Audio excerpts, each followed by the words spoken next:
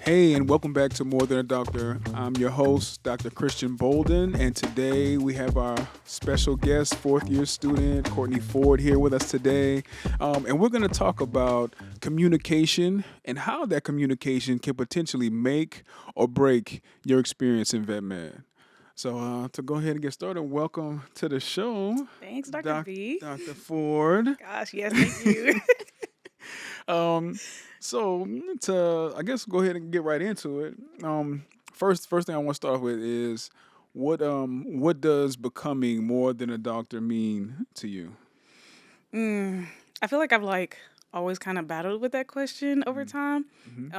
But I feel like now that I've been in vet school, I've got to experience it. It's really more so just being not just a doctor, but also a friend, a colleague. Like you're somebody's therapist, Yes. whether you know it or not. So I feel like it's kind of being a multifactorial person in a sense. Like I'm not just a doctor, I'm everything that these people need for their animals. So that's just me. Like I try to remind myself that you don't know what you're going to be today for these people, but just make sure that you can show up for them whenever you decide to show up. There you go. Yeah. There you go. I love that.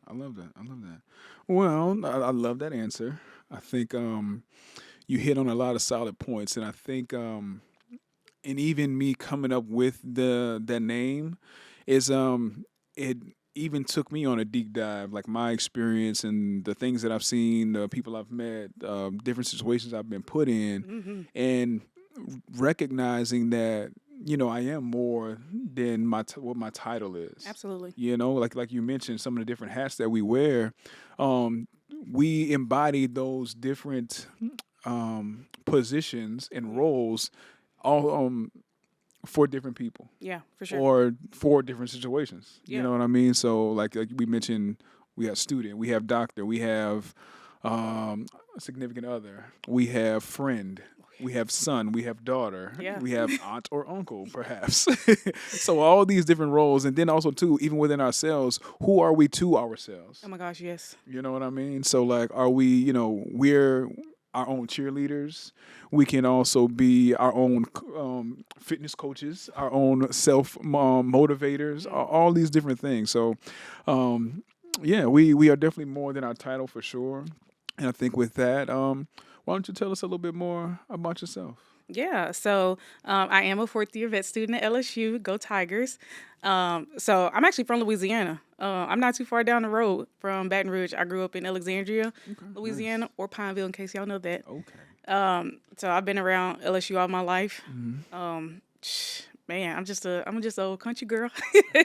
I'm about to say we hear that twang. They hear Yeah. that twang. We hear that Yeah, twang. I'm trying to make it out and go to the city life eventually, but yeah, I'm a sports girly. Love to work out because got to keep my mental health together. Correct. And I love to read. Like I know that sounds crazy because you're like seriously, but that's me. I'm a reader girl. I'm a workout girl, and Nice. I'm a movie girl. Specifically Scooby Doo movies. Okay, well, I'm gonna say as she got these Yeah, Crocs on yeah. it. I don't know if y'all could peep that, but yeah, man, those is dope. I love that. Once again, okay, well, glad to hear that. Like I said, I feel like I didn't know you were from Pineville. I Oh didn't my know gosh, that. yes. Like But that's what's up. that's what's why up. I know everything about Baton Rouge. They be like, "Oh, where you from?" I'm actually from here. I feel Right, like 'cause we just right. traveled to Baton Rouge a lot. So Yeah, no, I feel you. Well, where do your current interests lie in, like, we talking about veterinary medicine? I know, like, your fourth year, we getting ready to graduate. What you have a specific area of interest that you want to go into, or? yeah, so I am going to go into small animals. I have a very particular interest in exotic companion mammals. Okay. So for people that don't know that, it's working with your ferrets, your rabbits, your guinea pigs. I grew up with all that type of stuff. Nice. So it kind of keeps me somewhat to the exotic side, but not as far as like reptiles and everything. I used to want to do it, but I find that I'm more with the smaller pocket pets. I really like emergency medicine. I've been in emergency medicine for a while. I will end up in GP and probably do some emergency work. Okay. We'll see where it takes us. But specifically while I'm in GP, I really want to do surgery. I love surgery. I love learning about new techniques. Yeah, for sure. So a lot of going to my externships and everything, I'm always asking, can I please do surgery? Please let me be hands-on. So yeah, small animal. Okay, good deal. I love that. I love that. You mentioned about externships. What have you been on any so far? Oh yes, I have. What have you done so far? I've been on 4 externships so far. So they have all either been small animal or mixed practices, and they've all been in the Texas area because that is where I plan on Okay. going. All right. But yeah, I've been to Dallas. I've been to Houston. I've been over in the Allen area. So I'm just gonna continue traveling Texas and see how far we can make it. Nice, nice, nice. How? Oh, go ahead. Oh no, yeah, I'm How has your experience been with during the externships thus far? it's been amazing. Nice. The staff that I have worked with so far, Mm-hmm. I mean, they treat me like a doctor. So it's kind of a little harder some days to take yourself out of that student position Yeah. because you're not just a student at this point, like you're in clinics. Right. So trying kind of shifting your mind frame. And they'll communicate with me a lot about, hey, like I see where you're coming from with this one, but try to shift it as far as like what would you do as a doctor rather than saying, oh, what do I want to do as a primary head doctor? Mm, So a lot of it is communicating with me to tell me this is how you should frame it and gotcha. work around your diagnostics and everything to come off as a doctor. There you, So it's there been you nothing go. but motivation. I love it. Nice. Well, that's good. I'm glad. I'm glad. I'm happy that your experience has been really good. Because I know not every single experience is gonna be that kind of mountaintop or that top tier experience that you get. But making the most out of it is the thing that's the most important. That's what's gonna serve you the best. As you continue to move forward and as you grow and build on the foundation that we already set. Oh yeah, I've heard some people not have some great experiences, but I Same. think a common thing is there's always something that someone has learned. Right. So whether it Right. be, I've learned how to be a great communicator or a great doctor Hmm. or, a great person to figure out diagnostics, Right. you might have also learned I don't like the way that this person, does certain things. So Yeah.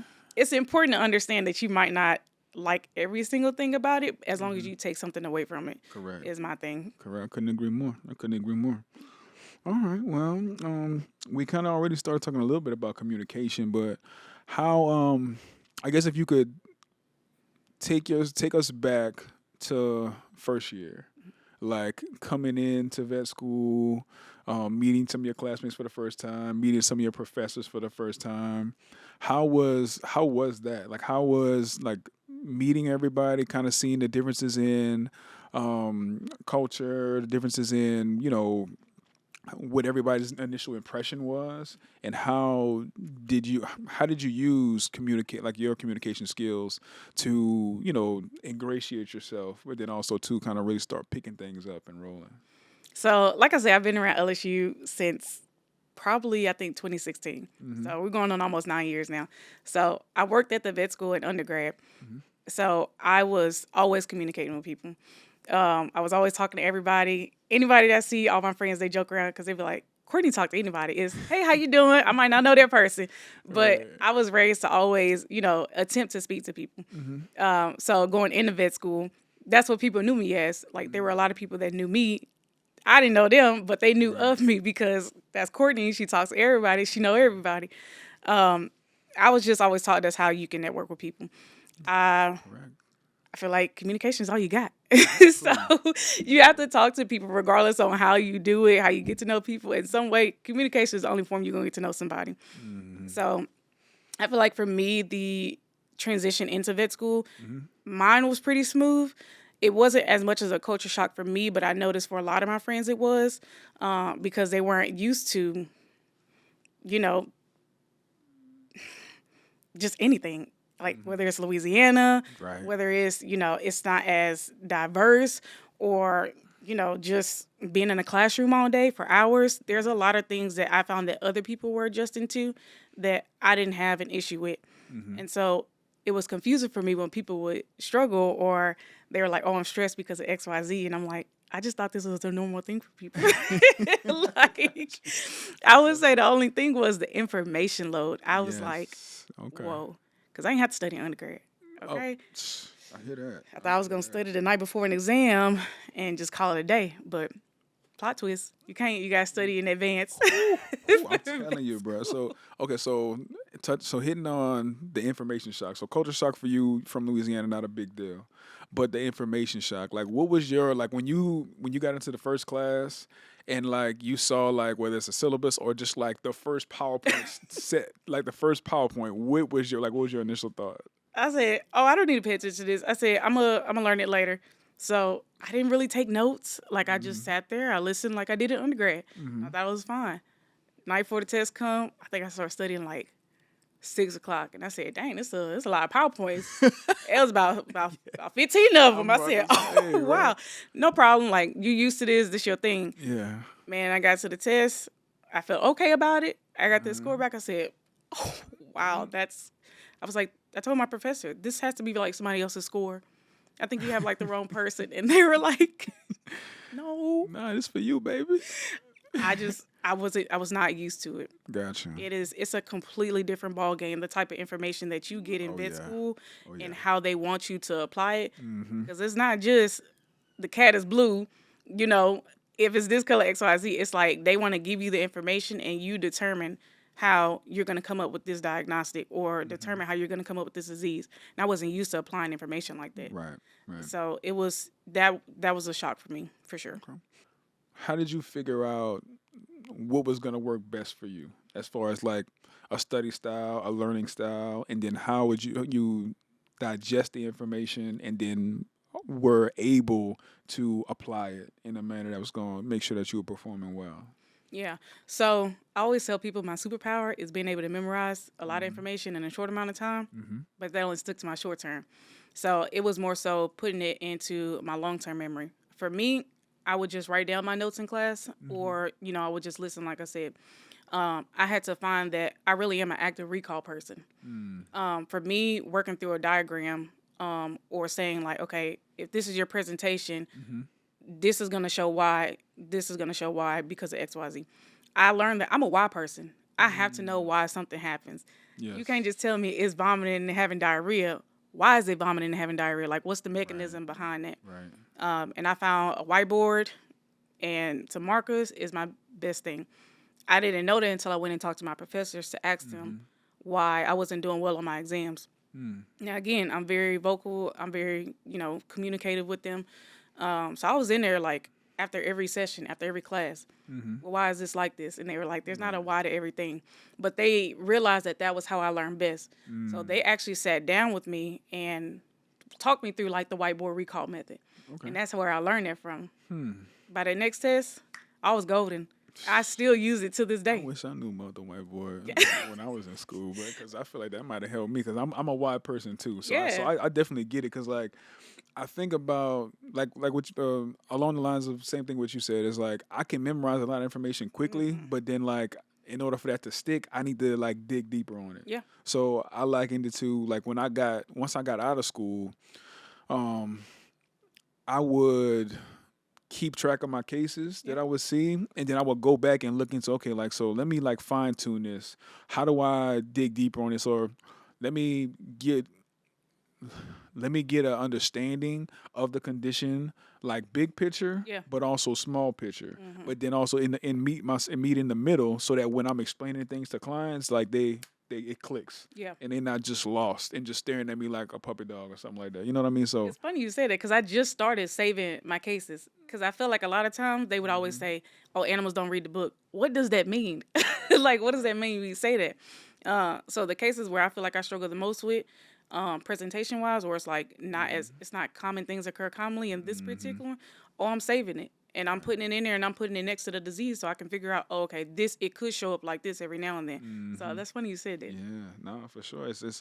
That's probably when I think about because I recently talked about confidence, and one of the things to help build that confidence, you got to get the reps in, and you got to put in some extra work. You know what I'm saying? I mean, we've been in school, we did all this other stuff, but if you want to really fortify that foundation, you got to keep going. Yeah. So whatever resources that you have, don't get rid of them after school. Yeah. Keep them. Add more to that, and that way you always have something else that you can refer back to that's gonna help just expand on what you know and how you can apply it. Oh yeah. Because it's all like one thing I'm sure you've already witnessed is there's more than one way to practice. Oh yeah. You know what I mean? It's countless. It's a whole bunch of different things, the techniques, medications, all these different things that we can do. Yeah.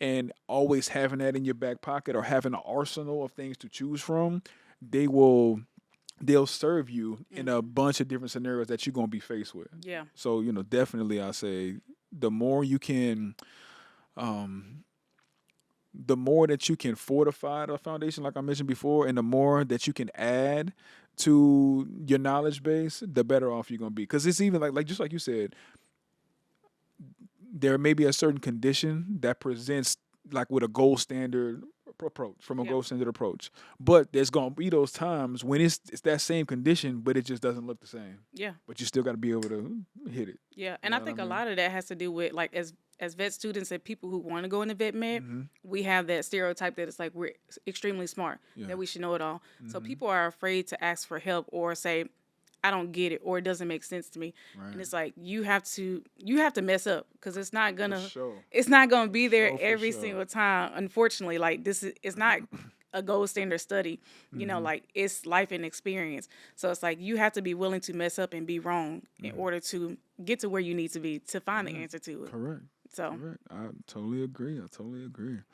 Man, I like that. Yeah, I like that. For sure. What's that clock that T? That's yes, that thing? clock it. Bro, when I saw that, I was looking like, bro, I didn't even initially understand it. I was like, I gotta catch up with these kids. I Bro. don't even say That's yes making me feel anymore. too old. It's just Yes, indeed. randomly. I don't even look up. I just be read the book. Yes, indeed. Okay. So before we kind of move on a little bit further, one thing that you mentioned in communication and also too doing the work to see where your missteps were, communicating with your professors. That was something I probably should have done more when I was in school. I'll admit that now. But that's crucial Oh yeah. because that definitely put you on a better track and gave you an even higher trajectory of where you were before. You know what I mean? So I think, especially when we're coming in, or no matter what year, what position you are in school, or even if you're out of school, using your professors or your colleagues or your associates, whomever is there, using them to see where you may be lacking because they sometimes have a perspective or a what's the word? Like a topic or subject. Right, well, topic or subject, but they a vantage point. That's what Yeah. I'm going. So the thing is, all those people that we have around us at various different levels, they have a different vantage point than we do of Oh, yeah. ourselves. Oh, yeah. And a lot of times, sometimes they can see things that we don't see. So by tapping into that, you are also able to give yourself a boost, and also to find something else that could help to build that confidence. Yeah. For the test, for testing, also too for clinics and beyond. So I mean, I really think that's really important. So any other students that's out there, if y'all are listening, take notes, please, Yes. and apply it. And so not to say that this is like we teaching and all this, but use some of these tips and apply them to your journey because that's gonna help propel you forward a lot more quickly and a lot faster than if not. Okay. Well, I say next I think we have I had a question about how since now that you're in clinics, using your communication to apply what you've learned now, like in real time. How has that been for you? How has the transition from like classroom to clinic? How has that been? I think it's been a learning curve. For me, I have to see it to know exactly what's going on. Right. You can't just read it to me and then expect for me to be like, okay, this is what I'm seeing. I think actually talking to the clients and getting a full history and connecting with them in your own way can get you, not the answer that you're looking for. It'll basically get you on the right track. So I think actually being in action is better for me personally. I got you. I've always been a clinic girly. I like the classroom, but being in the clinic and being in action, and unfortunately, being under stress is just how I learn best. Same, um, same. and for some reason, like my friends always joke, they're like, "There you go, talking to everybody." Just if I'm somebody that the clients feel like they can trust, they're gonna give me more.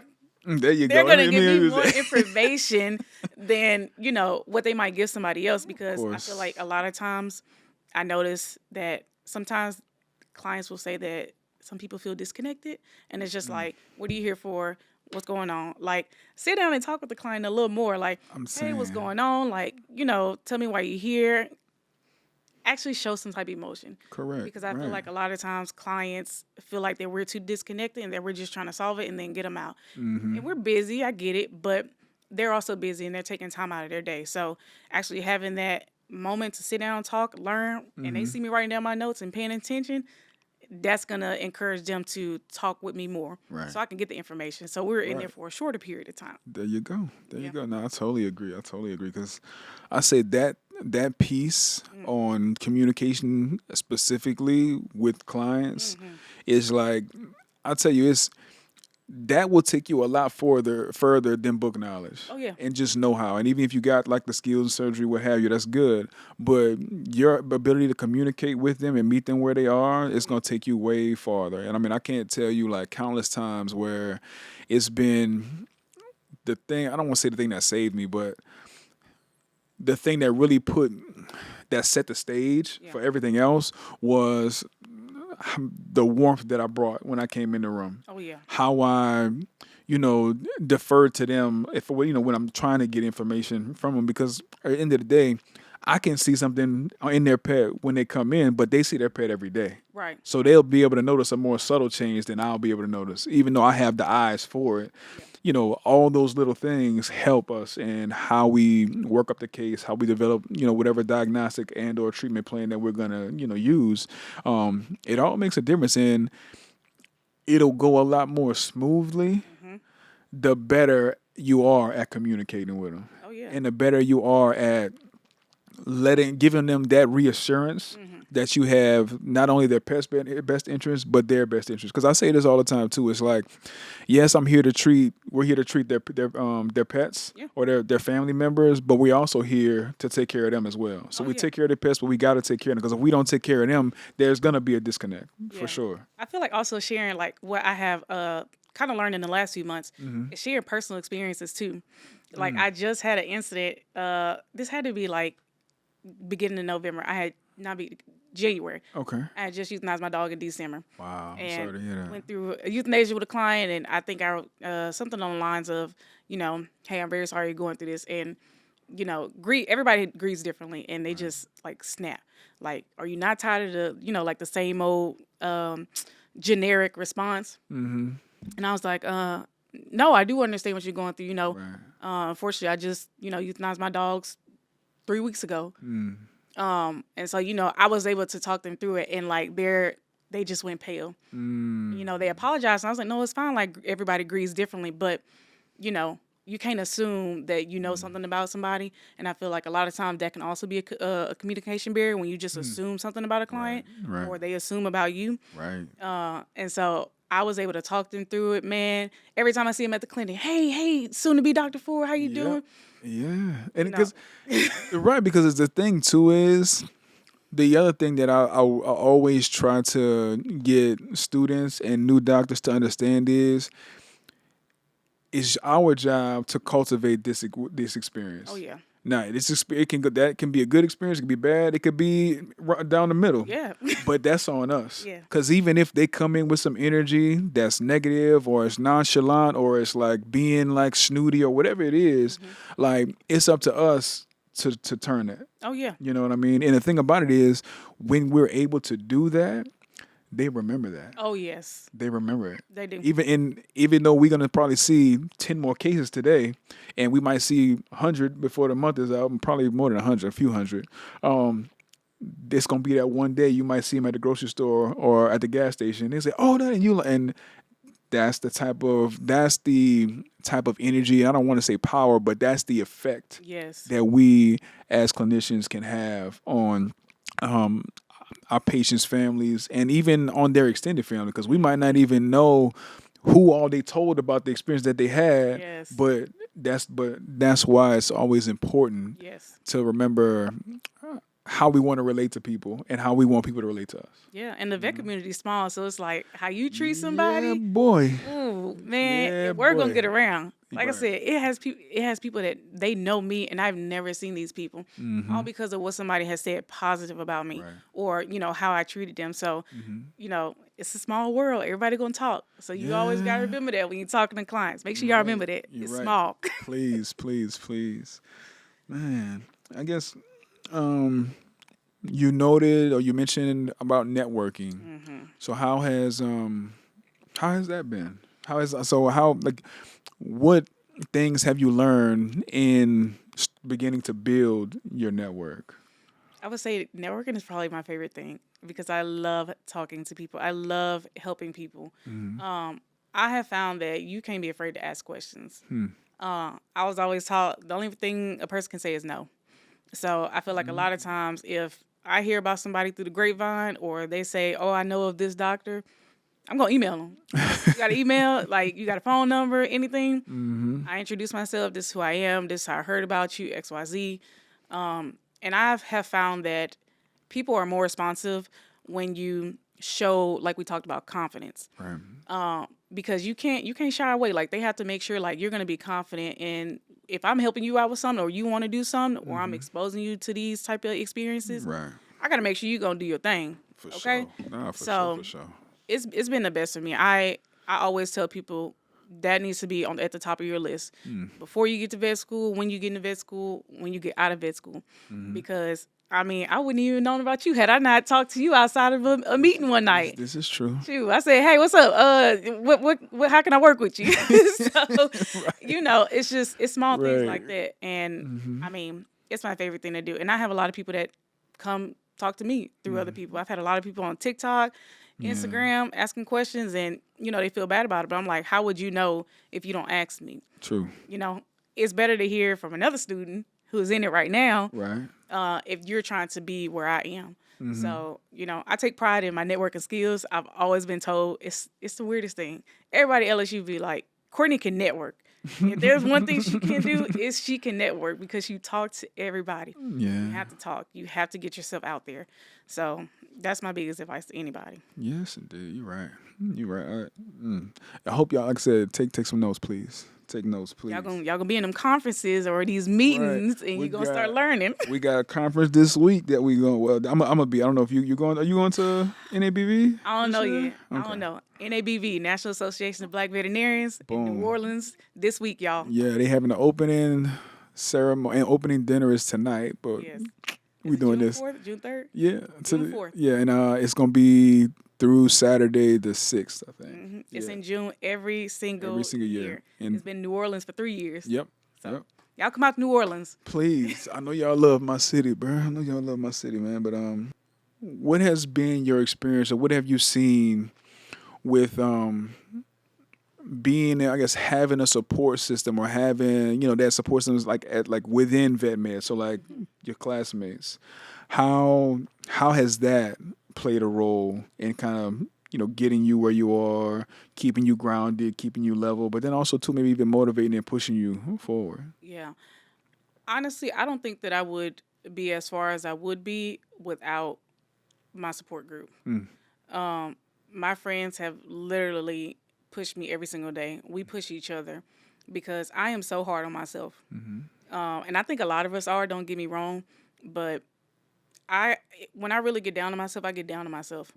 Not because I feel like I should know it all, but I feel like I miss like a learning opportunity or something. Or if I'm not understanding something, but I'm working my hardest to understand it, it's easy to get down there yourself. Yeah. But you have other people in there who either they're telling you that they're also going through it, or they might not be telling you, because I feel like a lot of times people can assume that you're doing a great job because they're not telling you. My support group, they're gonna tell you, hey, this is what you can do better, or this is how we can get through this, or here are some resources. We're all going through it together. Yeah. Vet school is one of the hardest things that you'll ever go through. Right. I'll tell anybody that any day. But having somebody to constantly encourage you when you can't encourage yourself, it's important. You need somebody to motivate you. Not only like friend wise, but I feel like it's important for family wise. Mm-hmm. It can be harder on the family wise because they don't understand what you're going through and it might not make sense to them. Yeah. But either way, I think any type of support that you can get from those two groups of people, it's going to get you through it because you cannot do it by yourself. Right. I've tried it. It does not work. Oh no, man, no. I'm an independent person. It don't work. Yeah, no, I feel you. I feel you. I think one thing that I've learned, I mean, especially with having a group of friends, like my friend group from vet school, I mean, it's tight knit. It's myself and like 3 other guys. And like I said, we still talk. We talk every day, even now. And I've been out of school. It's been like 11 years. Oh, You know what I'm saying? We talk every day. Like those, like I said, I said it before. Those are my brothers, but it's about having that camaraderie. It's something about that. Having that accountability. Because one of my buddies said it the other day. He was like, one of the things that he is very thankful and grateful for is how we hold each other accountable. that part. If it's something that one of us says that we want to do or that we're interested in, as a group, as a whole, it's kind of like second nature now, but we always do check-ins with each other. Yeah. Like, okay, bro, how that thing you working on looking? How's everything going? Like, you know, we said we was going to do this, or we had some certain goals that we wanted to set for ourselves. Yeah. How is it looking? So by doing that, it's like, okay, well, I don't want to not have nothing to show for what I said I was going to do. So like, look, it's just, but I said that level of accountability. And the thing about it is it's not snarky. Yeah. It's not mean. It's not, arrogant or anything like that. It's just, it helps. It's like they say, iron sharpens iron. Yeah. And I think that's very, very key. So being able to have that, while you're going through it with those people is priceless for sure. And then I think on the flip side of it, having people at home, significant others, family,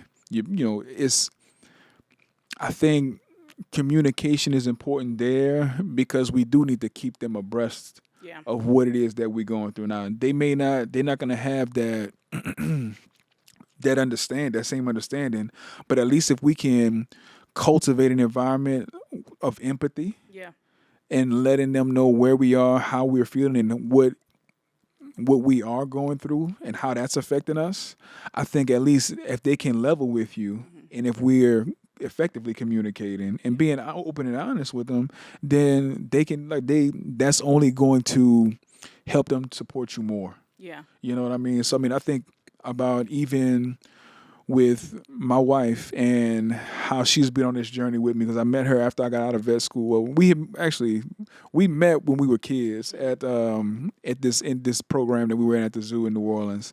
But we never dated, never talked, nothing like that. But we ran back into each other when I got out of school. And so she's been with me through all of those different things. And the thing that I realized more so now, like in more recent year, is the more I can include her on what I'm doing and what I'm going through, the better it is for the dynamic. Man, you preach to the choir right here. Yeah, it's crazy because I met my husband when we was in 6th grade. We've been friends since then. He been trying to give me up, but we were dating other people at the time. We were just friends, and we started dating in college, like my sophomore year. Okay. So he's been with me through undergrad, and then he has been through vet school with me. And I think the biggest thing for him was he would always see me talking to my vet school friends or complaining to them. And initially, I thought you wouldn't understand it. So, I don't want to waste your time talking about it. And it took us a couple of years to get on the same page as far as that, when he was just really trying to tell me how I can support you. Right. Tell me what happened throughout the day. Because I'm a very much so, if I had a bad day, I want to talk about it. But after communicating, I learned that he just wants to be there to support. Even if it's, I had a bad day, this is what somebody said, or this is what happened, a case didn't go my way. He's like, okay, what can I do? And he started saying it, and I was like, what can you, I don't know, what can you do? It did not make sense. We've been married for 4 years now, officially on Friday. Oh, And thank you. congratulations. Yes. And man, I have learned that my husband, he just want to know about my day. Yeah. That's it. Yeah. Let's go out to eat if you had a bad day. Mm-hmm. Let me buy you a pair of scrubs. You had a bad day. There you go. Man, Hey, oh, that's you got a good man. You got it's a the little things. It yeah. really is. Communication to me was something so small because, like, I grew up in obviously a very loving household. I was always put on the pedestal, and so we was just like, oh, today was fine. Like, Mm-hmm. I didn't really feel the need to go into it because that was the sibling that I was. I would let everybody else do it, but I Gotcha. had to learn. My husband, like, he just wants to, like, he wants you to go in details about your day. Mm-hmm. I didn't see the purpose of that. But now I do, and it's such a relief to be able to come home and tell him about my day. Now he didn't know the extent of my schedule. Right. Man, we came up with a calendar, Mm-hmm. and like I said before, like sometimes your family don't understand. We have a shared calendar now, and it is. I recommend anybody do this. We got one too. Man, you Bruh. saw that calendar? Telling you. I see why you come home and go straight to sleep. Okay, I see it. It's just something so small can make such a big difference. Like Mm-hmm. this fourth year, this third year has been amazing just because I learned like what communication means to him. Mm. So Now that's a word right there. look, Cause it's different. now it is different because I'll say this. He was trying he could I'll guarantee you were asking this later when you get home. He's seen you struggling. Mm-hmm. He saw you the ups and downs, however the days went, and he's trying to figure out a way how to be present. Yeah, You know what I'm saying? Because I mean, and I applaud him for it because that's something that I've had to learn in my marriage as well. It's like, yes, I have a stressful job. I have a stressful schedule at times. Sometimes it's crazy. Sometimes it's chill. yeah. But I know my wife. Mm-hmm. I know how she responds to certain stimuli, whether it's at work, whether it's at home with the kids, no matter what it is. So when I see her going through these motions, it's like, okay, how can I show up for her? Yeah. You know what I mean? So that's what he's trying to show up for you. Yes, He's trying to and show up if for you. do, man. I tell you, it really is amazing how such a small change can really change your dynamic on how you even come home. Oh yeah. Like I know if I had a bad day, I'm calling that man on the way from work. Mm-hmm. Man, let me tell you what happened. When I get home, hey, take shoes off. Let's sit down. Let's watch a movie. Let's go out to dinner. And I go bathroom. And I'm just like, oh my God, I don't deserve this because I have always been such a very blunt person, and I'm not emotional, but I'm really not an emotional person, but I have Gotcha. learned to be emotional. And I didn't realize how much of a stress reliever from just vet school in general, because vet school is stressful, y'all. Yes, indeed. How much like it made me feel better afterwards, just Right. expressing it. So, man, just significant others really be making a change. Man. I'm telling They really you, get me man. through. Yeah, nah, for sure, for sure. I mean, it's in the journey that we're on. Sometimes we can lose sight of how the people that are in our, if you want to call it a village, our circle, in the trust tree, in the nest, sometimes we can lose sight of the role that they play. Yeah, Sometimes they have to change the role that they play. yeah, You know what I mean? Whether it's for a season or what have you. But I think the important part there is first recognizing that part. that there's got to be, some kind of, I don't necessarily want to say like a come to Jesus moment Yeah, or like some kind of compromise, but it's realizing, okay, what is it that we need as a unit to make sure that we get through this season in a way where we both gonna be good and in a better place than we were when we entered the season. yeah, You know what I mean? absolutely. And man, communication will save your life, bro. It is It'll because it's save just your a life. season. I feel like sometimes we forget that we're Right. gonna go through this forever, but it's not. These 4 years done flew by. Went by quick. Man, okay, With blink the of an with the eye. swiftness. Look. Like you got to remember that you don't have to do it alone. Mm. I keep having to tell myself you don't have to be strong every single day. Right. It's There okay you to go. have a bad day. You don't have to be this perfect, stereotype every day. Mm-hmm. You can have people carrying you along the way some days, and it's okay. That don't make you no less of a doctor. Right. So, Right. It's little things you learn throughout school. Yes, indeed. So, in talking about communication, we talked about support systems. In school versus at home. How have there been any boundaries that you've had to set on like either side, or to protect home, or to protect like your mindset when when we in testing, or like you're in clinics now, like has there been anything that you've had to do for that? Yeah, I would say it's specifically with my mom. She used to me. She's very used to calling me anytime, and she's like, "Hey, what you doing?" Or saying, "Hey, keep coming to town this week," or XYZ, and she doesn't understand that like, hey, I can't do this, or now my little free time, my little vacation blocks, that has to solely be for like my husband because I only get like 3 days, But after talking with her and There you go. repeating it several times, and also starting to share a calendar with her after 4 years, she's getting a better understanding of it. And I think it took her so long because I'm the baby. So I'm Okay, used to being that makes sense. up under my mama Yeah. every now and then. Yeah. Independent but still up under my mama. So it didn't really make sense to her. But I had to set that boundary like, hey, I can't do it on this day. This day set aside for me, or this day set aside for my husband. I can do it on this day. So it's like I got her on a strict calendar now. Okay, you're gonna have to check the calendar before you ask me to do something, mama. That's a good idea. I might have to get my mama on a calendar like that. It's the best. It's Cause hard. my, It's cause hard. my mama be turned up. Like she'll,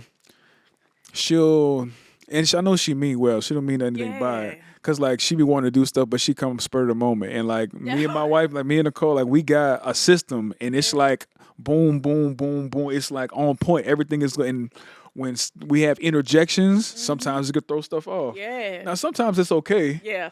but like sometimes it's not. Yeah. And when it's not, we gotta be okay with just saying no. Yeah. You know what I mean? Like it's okay to say no if it's going to help you keep your sanity, if it's going to make sure that you still reach the goal and everything that you have set. Yes. Those things are okay. Because at the end of the day, we got to take care of ourselves, because if we're not in a position to be at our best, we're not going to be able to give our best. Yeah. You And know it's what I mean? hard sometimes because it's your parents. And Right. it's like, man, your parents have literally given everything. But you trying to get to exactly the point where they were, or XYZ.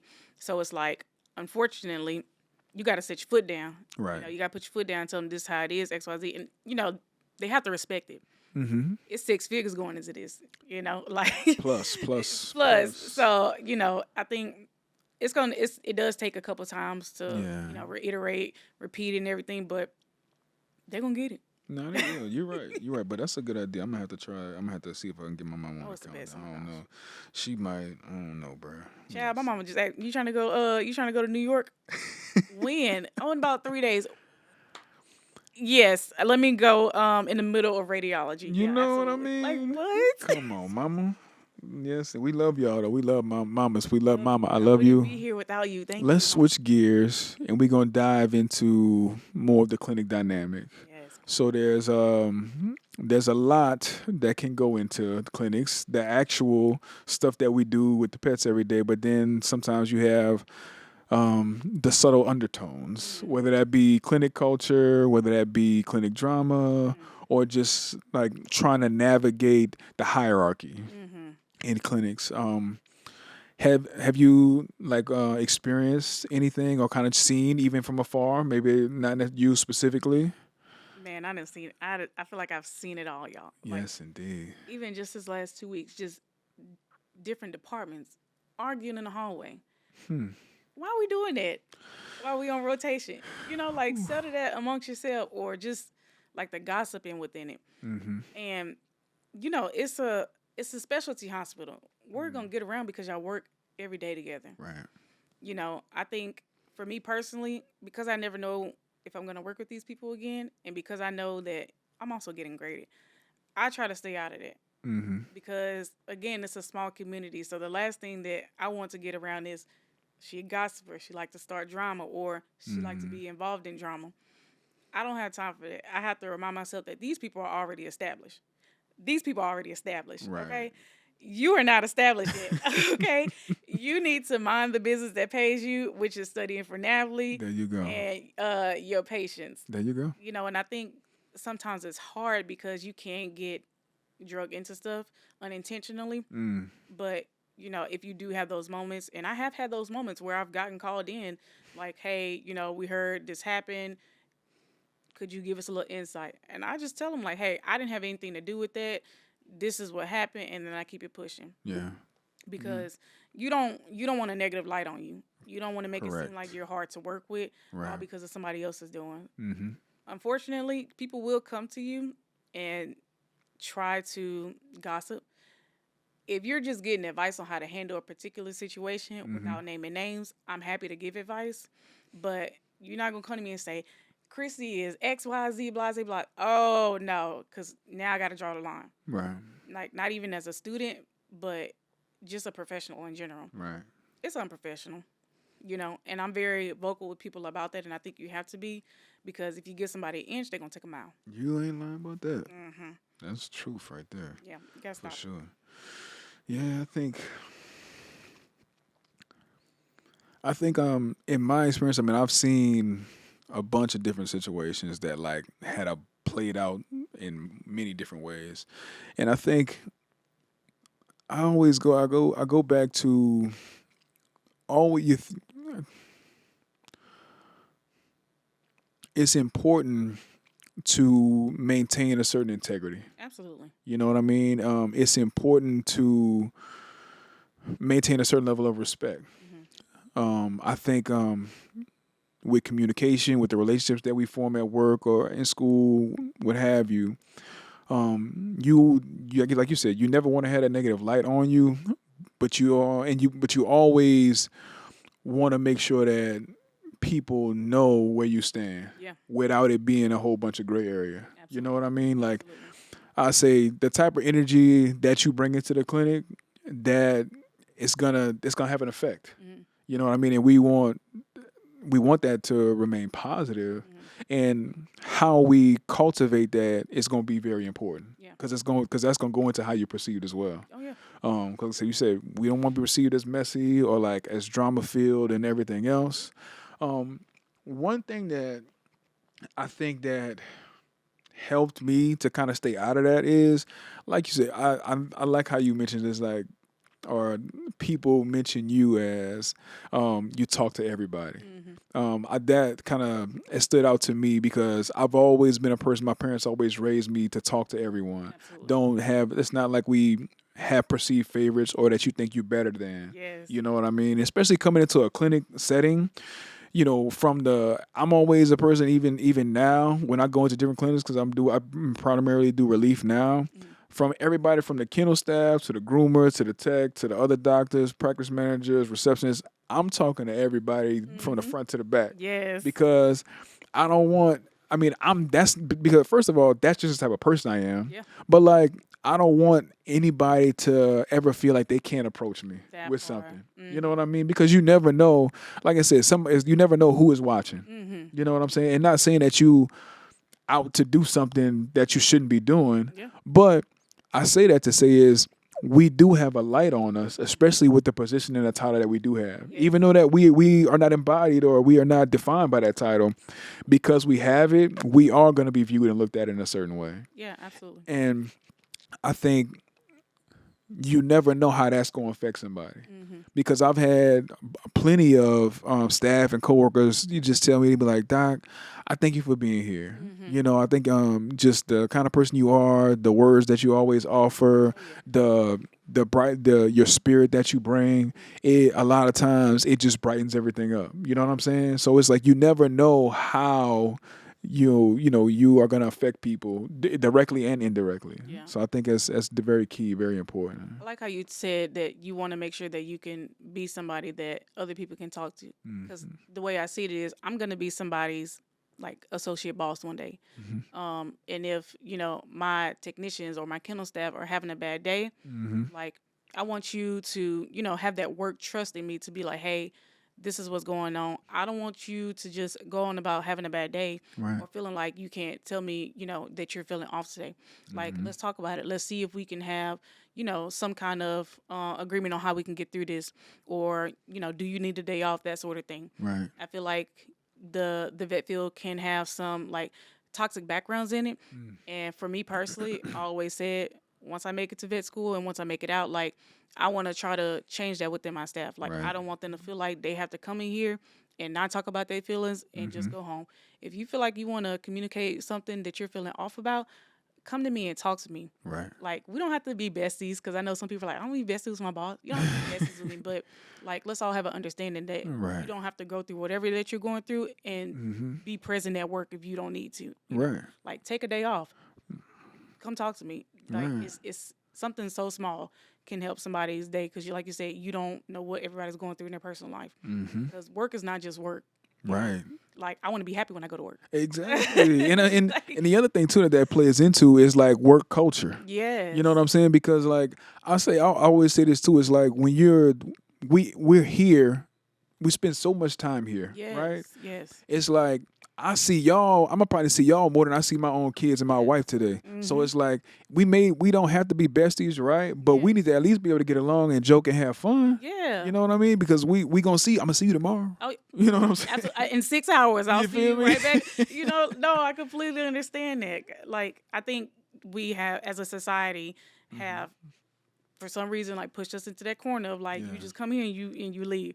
Like, nah, like can we play some music? Like, Right, you know, bruh. can somebody put some snacks in here? Like, dang, like it's Something. Friday, like Pizza Friday, like they do in school. You know, because that's all like the four nowadays. You know, just something small, like just a little bit of appreciation to, like I said, build that trust with your staff, right. or just your, like you said, your clientele in general. Right. It's funny that you mentioned that play music. Like every hospital I go into, I play music. Oh, got to. And then, but the crazy thing about it is, I'm like, don't nobody play music in here? Like nobody, like in surgery, in just like the Yes. treatment area, or like the, you know, if it's like a lounge area or like a common area, nobody don't Yes. play music. Like that's so wild to me because it's like music helps break up that silence and break up that monotony because you got like, especially depending on what kind of music, because I always vary it. Yeah. So I play stuff that I like, but then I ask my staff, the staff team, the teams that I'm working with, I ask them what they like. So like one day it might be country, one day it might be electric, one day it might be rock, one day Yeah. it might be like blues or like jazz, another day it might be hip hop or R&B day, or it might be old school. You know what I'm saying? So by switching it up like that, it just invites. It's a more inviting environment, and like I said, that's how you help to cultivate that culture, and you keep from having that messy or toxic stigma. You know what I mean? So it's music works wonders. They say music heals. Icebreaker. Yeah, no, it really is. Yeah. It really is because it's like, especially depending on like, I would say the age dynamic. Yes. Because you might have some younger 20-somethings that's there, but you might have some older 30 or 40-somethings Yes. there. And it's like if they hear a song that was like they joint, you feel me? That's going to bring them out the shell and it's going to start a conversation. Yes. And then that conversation can be the bridge that's going to help meld everything else together. You know, that is so funny. Oh my gosh, because one of the externships I just got off of, I didn't know that they didn't want you singing in surgery, like one of these particular doctors, and like the song was playing, and it was like a station that I probably had no business listening to, like a rock metal, Okay. and I started singing the song, and everybody was like. And I'm over here just writing the anesthesia times down, like singing. And she looks up and she said, "Okay, I like you." Like, baby, because don't play with me. Like, I can bring out any genre you need to. indeed. And Nah, like, for real. I was wondering why people were staring. I didn't know that like they don't really like sing and stuff in surgery. And I said, "Oh, I'm gonna sing me. Like, we gonna cut this dog and we gonna sing." And like, I just the rest of the X-ray, it was amazing because that's just me. Like, Right. I'm very natural, authentic with it. No, I feel you. I mean, and the thing too is that's how you gotta be, bro. Because Gotcha. like that's how you're gonna build those relationships and those Yes. bonds. That's how you're gonna make yourself more memorable, and that's also too how they will. That's how you're gonna develop that camaraderie. You know what I'm saying? Even for a short time, like an externship, which may be 2 weeks or 3 weeks, maybe a little longer, but that's gonna make you memorable. And along with the networking, Yeah.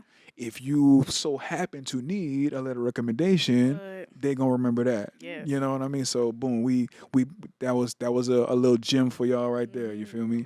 A strong recommendation. There you Make go. sure you There add the strong. Yes, in you there, y'all. always want to ask for that. Don't just ask for a red letter recommendation. Tell them what you want. Yes. Tell them what you need, and then Just let it go from there. But you make sure you do the work on the front end Absolutely. for sure. You got to give them a reason to give you a letter of recommendation. Yes, and not just that you stand out because you like to sing. You got to put some work in too. The singing is the icing on the cake. Yeah. 'Cause that's gonna make them put that razzle dazzle on that Yes. thing. You feel me? Very enjoyable to work with. Yeah, there you go. There you go. And bringing our conversation on communication to a close, what does effective communication in vet med look like to you? Let me say that last part again. In bringing our conversation on communication to a close, what does effective communication in vet med look like to you? To me, that looks like being unapologetically, but respectfully Okay. honest. Ooh. Because I feel like honesty is the best thing that you can give anybody. Like not only yourself, but your clientele and your staff. Don't be afraid to speak up and ask questions because you will never know the answer to whatever you're looking for or get the advice and learn from a situation if you don't ask and ask honestly. Right. That's the biggest advice I can give anybody. All right. Preach. That's what it looked like to me. I love that. I love that. I mean, I agree. I totally agree. I think honesty in practice is a key. You could, I mean, in a way, you can almost use that synonymously to transparency. Yeah. Because the level of honesty that you express with your team and your clients, it's gonna make you stand out. It's gonna take you to the length of the journey. Absolutely. You know what I mean? Because even if it's a point in time where you have to level with them and say, honestly, I don't know what's going on with your pet. I was just about to say that.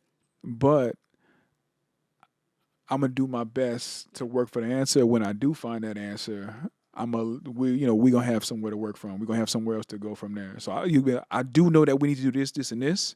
I may not know the exact cause, but I promise you we'll get it to you. Or if I can't do it, being honest to say this. Being honest and transparent enough to say, I might not be the best person for this job. Absolutely. And knowing when to say when. Yeah. I would say, that takes courage. And it takes not being afraid of what the response is going to be from the client, from the staff, or whomever it is. I think honesty and communication. One of my favorite mentors, all of them are my favorite, but they taught me a lot of life lessons. Yes. And she said the most honest thing and the most respectful thing that you can do is tell a client that I don't know. And they will have the ultimate respect for you. Oh, yeah. Because you're not running up their pockets. You're not selling them a dream. Right. You are being completely honest with them. Like you said, I might not be the best person for this job, but let me help you find who can be. Right. Let me direct you to another place. That's the key. That's the key. Man. All right. And I think on that note, I think that's going to bring us to a close. So we thank y'all for joining us on this episode of the More Than A Dogtor podcast. We appreciate Dr. To-Be Ms. Ford there. We are definitely going to be on the lookout for all the things that she's doing. And we appreciate her spending some time with us today. Yes. If this resonated with you guys, send it to someone that you know, someone that's in vet school, potentially interested in pursuing veterinary medicine, or even if veterinary technicians, anybody that you know that could find some of the things that we covered today helpful, send it to them. And with that, we'll see you in the next one.